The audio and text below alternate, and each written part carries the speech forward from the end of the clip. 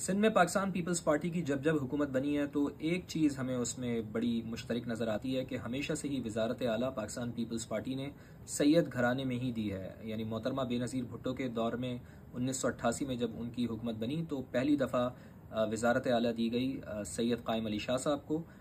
वो वज़ारत आला के मनसब पर फाइज हुए, सैयद घराने के वो सपूत थे। सिर्फ एक दफ़ा 1990 में सिर्फ 6 माह के लिए एक दफ़ा सिर्फ वज़ारत आला सैयद घराने से बाहर दी गई। आफ्ताब शाबान मीरानी को वज़ारत आला बनाया गया था। 1993 में जब दूसरी दफ़ा पाकिस्तान पीपल्स पार्टी की हुकूमत बनी तो उस वक्त मौजूदा और नामजद वज़ीर आला सिंध मुराद अली शाह साहब के वालिद सैयद मुराद अली शाह साहब वज़ीर आला सिंध बने और 96 तक वो वज़ीर आला सिंध रहे। फिर उसके बाद मोहतरमा बेनज़ीर भुट्टो 2007 में शहीद हो जाती हैं। उनकी शहादत के बाद जब 2008 में पाकिस्तान पीपल्स पार्टी की हुकूमत एक बार फिर आती है तो आसिफ अली जरदारी ने कायम अली शाह साहब को, जो सैयद घराने के ही सपूत हैं, उनको एक बार फिर यानी दूसरी दफ़ा 2008 में वज़ारत आला दी।